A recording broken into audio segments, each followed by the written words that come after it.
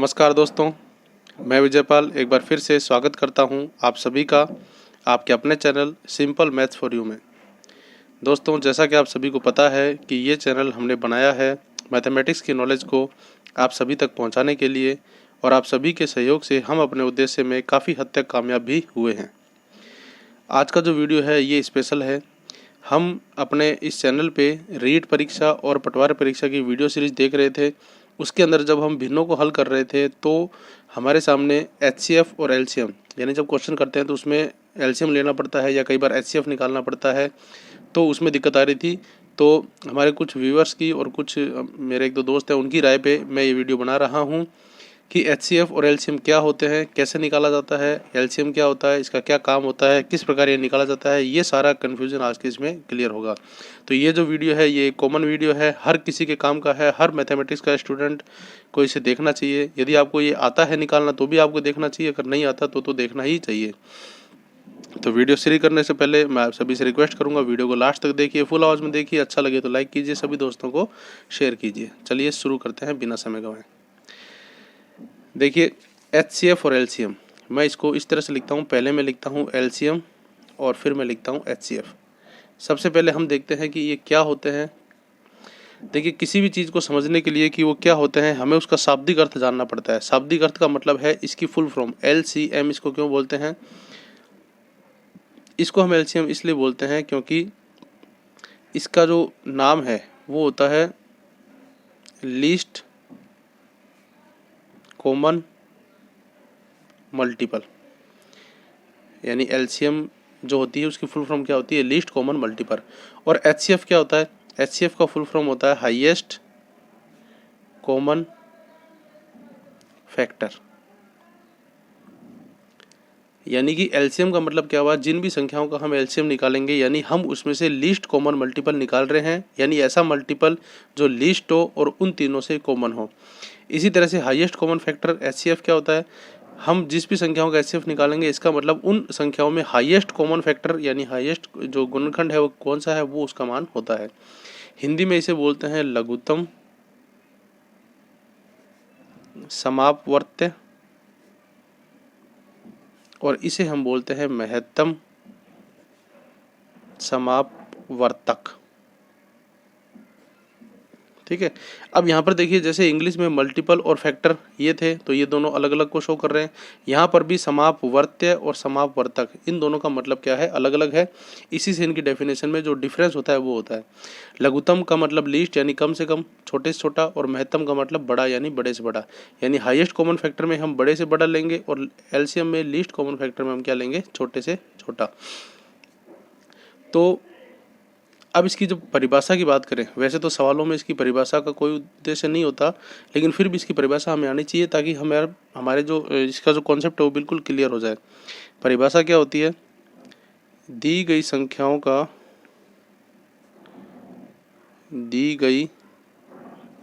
संख्याओं का एलसीएम या लसप, शॉर्ट में इसको लसप बोलते हैं, लघुत्तम समापवर्त्य, और इसे शॉर्ट में हम क्या बोलते हैं? मैसप। इसे शॉर्ट में मैसप बोलते हैं, इसे शॉर्ट में लसप बोलते हैं, क्योंकि लघुत्तम समापवर्त्य और इसे मैसप बोलते हैं। और याद करने के हिसाब से कई टीचर्स इसे लसप यानी लोकल शादी पार्टी और मैसप यानी मोस्ट शादी पार्टी भी बताते हैं याद करने के हिसाब से। इसीलिए जब मैं याद आपको समझा रहा था तो यहाँ पे मैंने लोकल लिख दिया था, वो सिर्फ याद करने के मैटर के हिसाब से है। परिभाषा पे चलते हैं। दी गई संख्याओं का लसप वह छोटी से छोटी संख्या है, छोटी से छोटी संख्या है जिसमें उन संख्याओं का भाग पूरा पूरा जा सके। ठीक है। यानी बहुत सारी संख्याएं या दो या तीन संख्या आपको दी गई हो तो उन दी गई संख्याओं का लसप यानी एलसीएम वह छोटी से छोटी संख्या होती है जिसमें, यानी उस लसप में उन सभी दी गई संख्याओं का भाग पूरा पूरा जा सके। ये होती है लसप की परिभाषा। और यदि हम महत्तम समापवर्त्य की परिभाषा देखें तो वो भी थोड़ी ऐसी ही होती है, उसको भी देखते हैं। दी गई संख्याओं का मैसेप है, दी गई संख्याओं का मैसेप है यानी महत्तम समापवर्त वह बड़ी से बड़ी, बड़ी से बड़ी, यहाँ पर महत्तम है इसलिए बड़ी से बड़ी संख्या होती है जिसका उन संख्याओं में भाग पूरा पूरा जा सके, जिसका उन संख्याओं में भाग पूरा पूरा जा सके। अब यहाँ पर देखिए दोनों की परिभाषाओं में क्या फ़र्क है, इसके अंदर तो लेसेप है और इसके अंदर मैसेप है, नाम का फ़र्क है। इसके अंदर छोटी से छोटी और इसके अंदर बड़ी से बड़ी। छोटी से छोटी का मतलब है लीस्ट और बड़ी से बड़ी जो जिसका मतलब है वो है हाईएस्ट। ठीक है, अब यहाँ पर देखिए जो इनमें विशेष अंतर है वो ये है कि जिसमें उन संख्याओं का पूरा पूरा भाग जा सके, जबकि यहाँ पर क्या है, जिसका उन संख्याओं में पूरा पूरा भाग जा सके। ये आपको बात समझनी है। यानी इसमें तो जो लैसे पे आएगा उसमें भाग जाएगा संख्याओं का, और इसमें जो मैसे पे आएगा उन उसका भाग लगाएंगे हम संख्याओं में। ठीक है, उसका भाग जाएगा उन संख्याओं में। ये आपको ध्यान रखना है। ये जब एग्जाम्पल करेंगे तो आपकी बात और क्लियर हो जाएगी। ये परिभाषा है, इनकी आपको ध्यान रखनी है, और परिभाषाओं का जो अंतर है ये आपको विशेष रूप से ध्यान रखना है। ठीक है, ये हो गया लैसे पे मैसे पे। अब बात करते हैं कि ये ज्ञात कैसे करते हैं। अब बात करते हैं कि ये ज्ञात कैसे करते हैं। ठीक है, तो लैसे पे मैसे पे ज्ञात करने के लिए इनकी विधियां होती हैं। वैसे तो इनकी कई विधियां हैं, अलग अलग तरीके से ज्ञात कर सकते हो, लेकिन मुख्य रूप से इनकी दो ही विधियां होती हैं। इनकी जो विधियां होती हैं ज्ञात करने की, मुख्य रूप से दो ही होती हैं। पहली होती है अभाज्य गुणनखंड द्वारा, यानी किन्हीं भी संख्याओं का हम अभाज्य गुणनखंड यदि हमें पता हो तो हम अभाज्य गुणनखंड द्वारा उनके लैसे पे या मैसे पे निकाल सकते हैं। ठीक है, पहली विधि तो है अभाज्य गुणनखंड, और दूसरी विधि है प्रत्यक्ष विधि,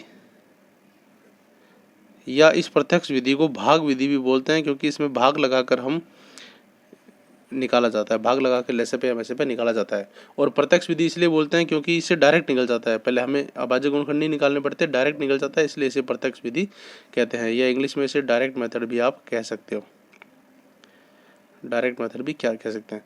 अभाज्य गुणनखंड, अभाज्य गुणनखंड में पहले हम अभाज्य गुणनखंड निकालते हैं। अभाज्य गुणनखंड को बोलते हैं प्राइम फैक्टर, यानी हर संख्या जिस संख्याओं से मिलकर बनी है मल्टीप्लाई से उन सारे मल्टीपल को हम निकालते हैं अभाज्य गुणनखंड, फिर उसके आधार पर हम एलसीएम और एचसीएफ निकालते हैं। और प्रत्यक्ष विधि में हम बिना अभाज्य गुणनखंड निकाले डायरेक्ट उसको निकालते हैं। तो ये दोनों ही विधियां हैं, दोनों विधियों से दोनों के मान निकाले जा सकते हैं।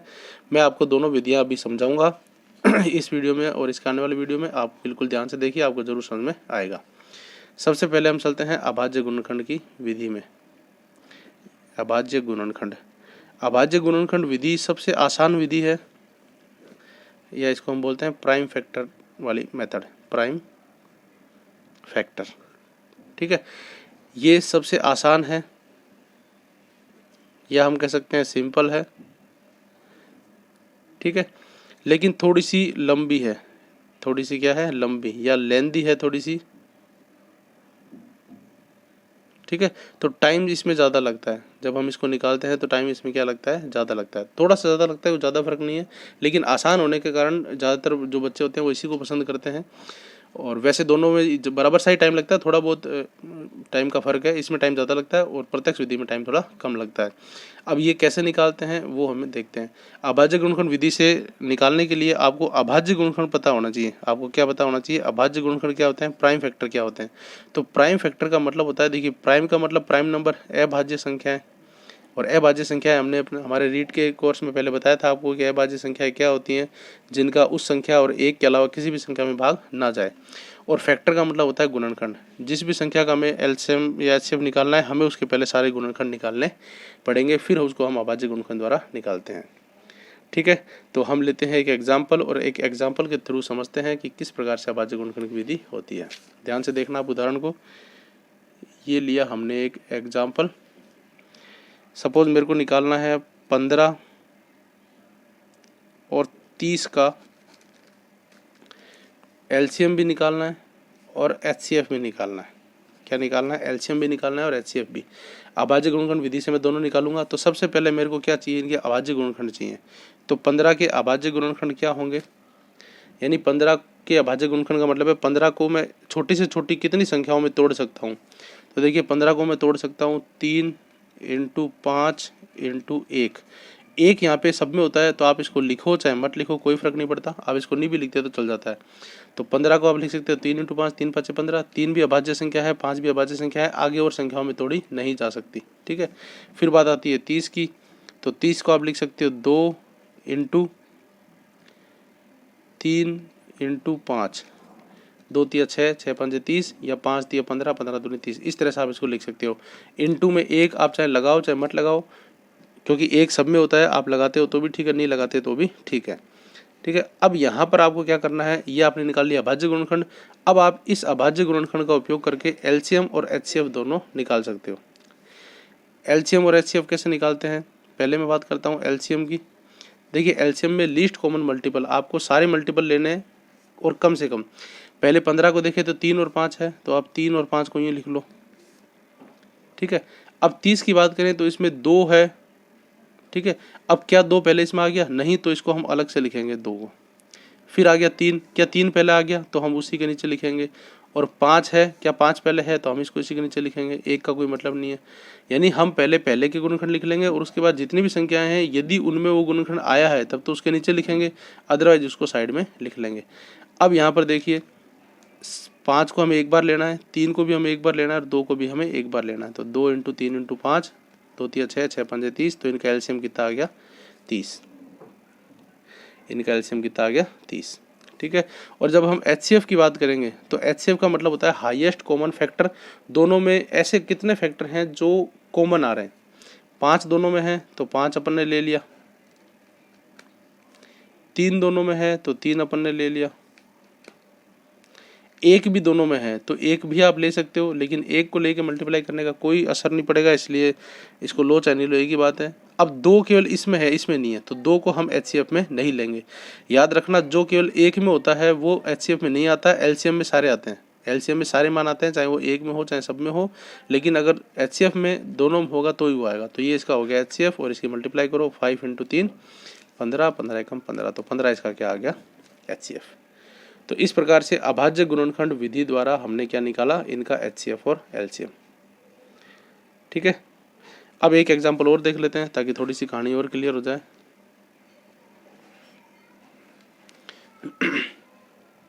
हम एक एग्जांपल और लेते हैं जिसमें मैंने लिया 8, 12 और 16। क्या लिया, 8, 12 और 16। अब यहाँ पर सबसे पहले हम करते हैं इनके गुणनखंड, अभाज्य गुणनखंड। तो 8 को हम लिख सकते हैं 2 × 2 × 2। ठीक है, 12 को क्या लिख सकते हैं, 2 × 2 × 3। और 16 को क्या लिख सकते हैं, 2 × 2 × 2 × 2। ये ठीक है। अब एक बात देखो, ये जो अभाज्य गुणनखंड निकालते हैं ये तो आपको निकालने आते हैं, या ये कैसे निकालते हैं, 8 को तोड़ते जाओ छोटी संख्या में। जैसे अगर आपको इसको डायरेक्ट निकालना नहीं आता तो आप इसको यूँ निकाल सकते हो। 8 है, सबसे पहले सबसे छोटी अभाज्य संख्या 2, 2 में भाग दो तो 2 चौक 8, फिर दोबारा 2 में भाग जाता है तो दोबारा 2 में भाग दो, 2 दूनी 4, फिर तिबारा 2 में भाग जाता है तो 2 एकम 2। इस तरह से 2 × 2 × 2 कितनी बार आया, 3 बार, तो ये 8 का हो गया। इसी तरह से अगर आपको 16 का निकालना है तो 16 का भी आप इस तरह से निकाल सकते हो। 2, 2 8 16, 2, 2 चौक 8, 2, 2 दूनी 4, 2, 2 एकम 2, तो 2 को 4 बार मल्टीप्लाई करोगे तो आ जाएगा 16। इसी तरह से आप 12 का भी निकाल सकते हो। तो यदि आपको अभाज्य गुणनखंड डायरेक्ट निकालने नहीं आते इस तरीके से, तो आप इस तरह से भाग करके भी निकाल सकते हो। ठीक है, ये आ गया। अब हम देखते हैं यहाँ पे एलसीएम। अब देखिए एलसीएम में क्या करते हैं, जो तीनों में हो वो भी, जैसे पहला 2 2 2 है तो पहला मैंने लिख लिया 2 2 और 2। अगला 12 में 2 2 3 है तो 2 पहले 2 है, ये 2 के नीचे लिख दिया, आगे 2 है इसको भी 2 के नीचे लिख दिया। अब आगे 3 है तो 3 है तो इसको 2 के नीचे नहीं लिख सकते, इसको अलग से लिखना पड़ेगा। अब बात करते हैं इसकी, तो ये 2 है इसको 2 के नीचे लिख लिया, ये 2 है इसको 2 के नीचे लिख लिया, ये 2 है इसको 2 के नीचे लिख लिया। अब 1 2 और है तो वो इस 3 के नीचे भी नहीं आएगा और यहाँ भी जगह नहीं है तो इसको एक अलग से हम 2 को लिखेंगे। अब इनको सबको एक एक बार आप ले लो, तो ये 2 एक बार आ गया, ये 3 एक बार आ गया, ये 2 एक बार आ गया, ये 2 एक बार आ गया, ये 2 एक बार आ गया। तो इन सब की आप क्या कर लो, मल्टीप्लाई कर लो, आपके सामने एलसीएम आ जाएगा। तो 2 दूनी 4, दूनी 8, 3 24 दूनी 48। तो इनका एलसीएम कितना आएगा, 48। इनका एलसीएम कितना आ गया 48। ठीक है, ये तो हो गया एलसीएम। और इसी तरह से एचसीएफ यदि आप निकालोगे तो एचसीएफ में क्या देखते हैं, कॉमन फैक्टर। तो इनका कॉमन फैक्टर देखो क्या आ रहा है, ये 2 तीनों में कॉमन है तो 1 2 हमने लिख लिया, ये 2 भी तीनों में कॉमन है फिर 2 हमने ले लिया। अब यहाँ पर देखो ये जो 2 है ये इसमें है लेकिन इसमें नहीं है तो कॉमन नहीं है, नहीं ले सकते। ये 2 तो सिर्फ इसी में इसमें है, इसमें 2 है ही नहीं और नहीं ले सकते। ये 3 इसमें है, इनमें नहीं है तो इसको नहीं ले सकते। तो बस हम इतने ही लेंगे, बाकी नहीं लेंगे। तो ये 2 × 2, 2 × 2 कितना हो गया 4। तो 4 इसका क्या आ गया एचसीएफ।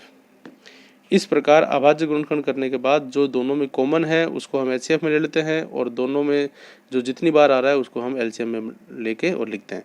याद रखना एलसीएम में एक भी अभाज्य गुणनखंड नहीं बचना चाहिए, चाहे वो सब में है चाहे नहीं है। अगर एक में भी है तो एलसीएम में आएगा। एचसीएफ में तभी आएगा जब वो सब में है, यदि वो तीनों में चारों में कॉमन है तो ही वो आएगा। ठीक है, तो इस प्रकार से हम एलसीएम और एचसीएफ निकालते हैं। 2 एग्जाम्पल से हमने पहली विधि जो है अभाज्य गुणनखंड विधि वो देखी। अब यहाँ पर मैं आपको परिभाषा की तरफ एक बार फिर ले जाना चाहूँगा। परिभाषा जो हमने पढ़ी थी उसमें क्या लिखा हुआ था, एलसीएम दी गई संख्याओं का लसागु पे वह छोटी से छोटी संख्या है जिसमें उन संख्याओं का भाग पूरा पूरा जा सके। तो अब चेक करो यहाँ पे क्या इन संख्याओं का भाग एलसीएम में पूरा पूरा जा रहा है। 8, 12 और 16 का हमने एलसीएम निकाला 48। तो क्या इस एलसीएम में इन संख्याओं का, में और का पे ध्यान देना, इस एलसीएम में इन संख्याओं का भाग पूरा पूरा जा रहा है। चेक करो, 8 × 48, 12 चौक 48 और 16 तिया 48, तीनों का भाग इसमें पूरा पूरा जा रहा है। ठीक है, तो ये इस परिभाषा को संतुष्ट करता है। अब देखिए 48 है, अगर मैं कहूँ 96, क्या कहूँ 96, तो 96 में भी इन तीनों का भाग पूरा पूरा जाएगा।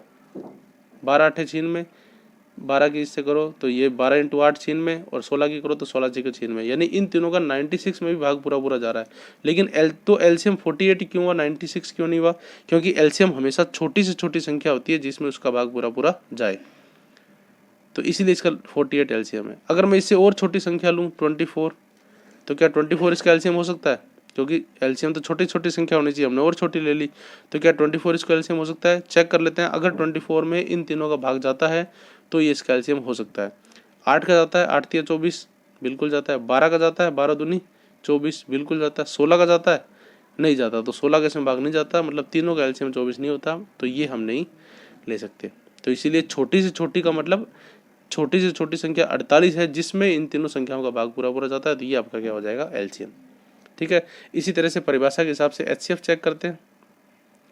एचसीएफ यानी हाईएस्ट कॉमन फैक्टर मैसेपे की परिभाषा थी, दी गई संख्याओं का मैसेपे बड़ी से बड़ी संख्या होती है जिसका उन संख्याओं में इस बार उसका है, यानी एचसीएफ का उन संख्याओं में पूरा पूरा भाग जा सके।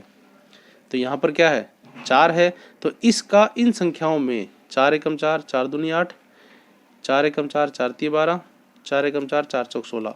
इस लसागु में तो यूं भाग देते हैं इसमें, और इसमें इसका भाग देते हैं इनमें। तो इस प्रकार से ये है। अब यहाँ ध्यान रखिए ये बड़ी से बड़ी है 4, अगर आप 8 इसका लेते तो 8 में इसका भाग चला जाता लेकिन इसका नहीं जाता, तो इसका मतलब 4 बड़ी से बड़ी संख्या है। 4 से छोटी 2 भी हो सकती है, इस 2 में भी इनका भाग पूरा पूरा जाता है, लेकिन 2 से बड़ी 4 है और एचसीएफ में हम क्या लेते हैं बड़ी से बड़ी संख्या, तो इसीलिए 4 इसका क्या आएगा एचसीएफ। तो इस प्रकार से ये एलसीएम और एचसीएफ है। थोड़े से अभ्यास से आप इनको बिल्कुल आराम से निकालना सीख सकते हो, बहुत ही इंपॉर्टेंट है। अगर आपने इस पर प्रैक्टिस की हुई है तो आपको ये बहुत इजी लगेगा, लेकिन अगर आपने इस पर प्रैक्टिस नहीं की हुई तो ये थोड़ा सा आपको हार्ड लगेगा। तो आज के वीडियो में इतना ही। नेक्स्ट वीडियो में हम एचसीएफ एचसीएफ की जो दूसरी विधि है एलसीएम और एचसीएफ ज्ञात करने की प्रत्यक्ष विधि, उसके बारे में देखेंगे। वीडियो को लास्ट तक देखने के लिए आप सभी का धन्यवाद। बने रहिए हमारे चैनल के साथ, इसी तरह के अच्छे अच्छे वीडियो आपके लिए लाते रहेंगे। धन्यवाद।